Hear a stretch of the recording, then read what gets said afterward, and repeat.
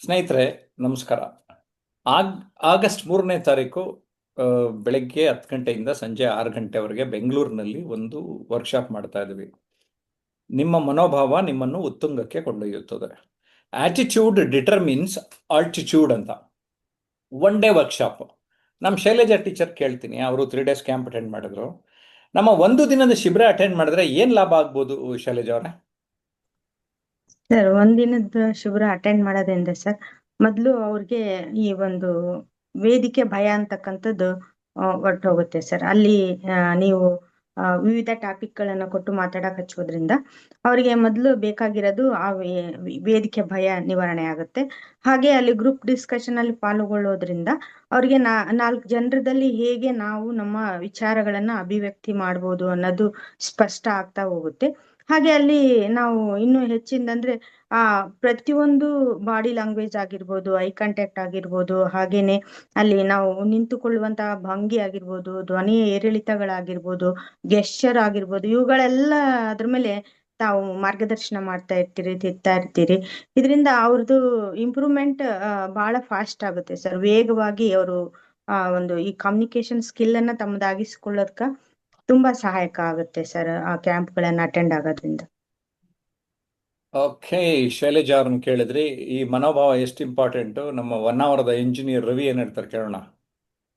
Yes sir, this is very very important sir. ಯಾಕೆಂದ್ರೆ ನಾವು ನಾವು ಸಕ್ಸಸ್ಫುಲ್ ಆಗ್ಬೇಕಂತಂದ್ರೆ ನಾವು ನೋಡಿ, ಫಸ್ಟ್ ನಾವು ಹೇಗೆ ಡ್ರೆಸ್ ಮಾಡ್ತೀವಿ, ಹೇಗೆ ಮಾತನಾಡ್ತೇವೆ ಅನ್ನುವಂಥದ್ದೇ ಫಸ್ಟ್ ಅಬ್ಸರ್ವೇಷನ್ ಬರುವಂಥದ್ದು. ನಮ್ಮ ಎದುರುಗಡೆ ಇರ್ತಕ್ಕಂಥದ್ದು ಆಗಿರ್ಬೋದು, ನಮ್ಮ ಆಫೀಸಲ್ಲಿ ಆಗಿರ್ಬೋದು, ಹೊರಗಡೆ ಆಗಿರ್ಬೋದು.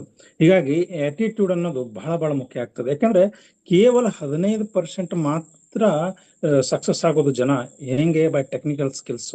85% ಆಫ್ ದಿ ಜನರ ಸಕ್ಸಸ್ ಆಗೋದು ಜಗತ್ನಲ್ಲಿ ಇದೇ ಒಂದು ಲೈಫ್ ಸ್ಕಿಲ್ಸ್, ಅದರಲ್ಲಿ ಕಮ್ಯುನಿಕೇಶನ್ ಸ್ಕಿಲ್, ಅದರಲ್ಲಿ ಬರತಕ್ಕಂಥ attitude.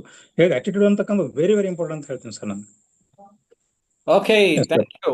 Hariprasad last few one day workshops regular ಆಗಿ ಬರ್ತಾ ಇದ್ದಾರೆ. ಇವರು ಒಂದು ಕಾಲೇಜ್ ಪ್ರಿನ್ಸಿಪಲ್. ಅವ್ರ ಅನುಭವ ಕೇಳೋಣ ಬನ್ನಿ.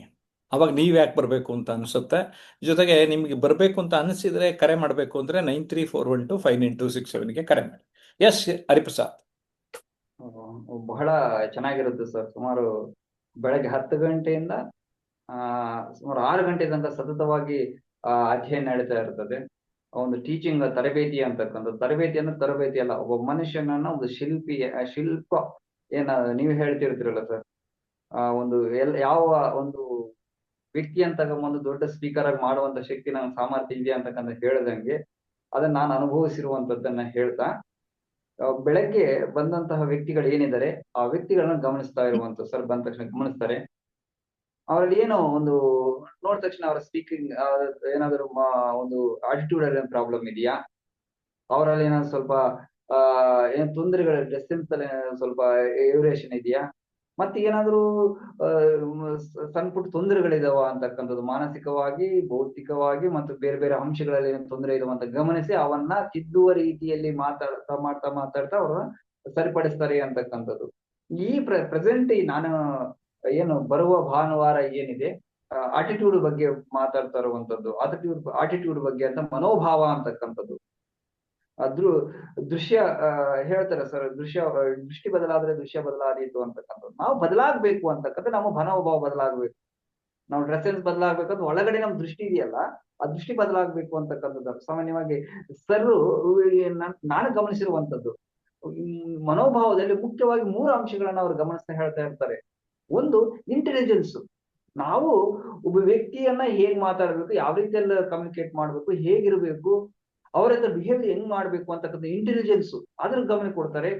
ಇನ್ನೊಂದು, ಫೋಕಸ್ ಮೈಂಡೆಡ್.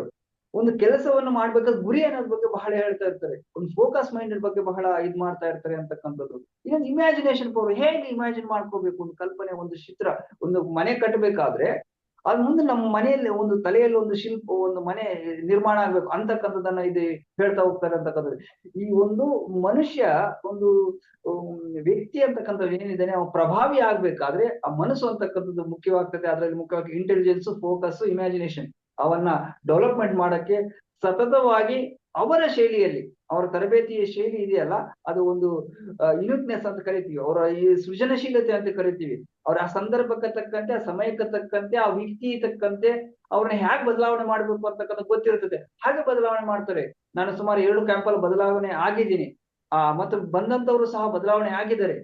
ಅದನ್ನ ಸುಮಾರು ಅಂಶಗಳನ್ನ ಹೇಳ್ತಾ ಹೋಗ್ಬೋದು. ಅಲ್ಲಿ ಹೇಳ್ಬೇಕಂತಂದ್ರೆ ಆ ಸಂದರ್ಭಕ್ಕೆ ಬಂದು ಆ ಸಮಯವನ್ನ ಅಳವಡಿಕೆ ಮಾಡಿಕೊಂಡು, ಸಮಯವನ್ನು ಉಪಯೋಗ ಮಾಡಿಕೊಂಡು, ಮತ್ತು ಅದನ್ನ ಇನ್ವಾಲ್ವ್ ಮಾಡಿಕೊಂಡು, ಮತ್ತು ಆಸಕ್ತಿ ಪೂರ್ವಕವಾಗಿ ಕಲಿತಿರೋ ಮಾತ್ರ yes Hariprasad, thank you. Ravi ಕೂಡ ಏನೋ ಒಂದು ಮಾತಾಡ್ಬೇಕು ಅಂತ ಇದ್ದಾರೆ. Yes Ravi.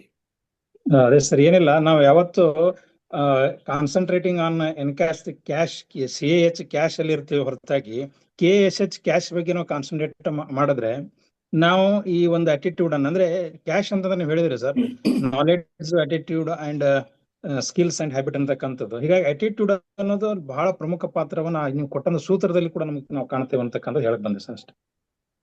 Okay okay, good, thank you.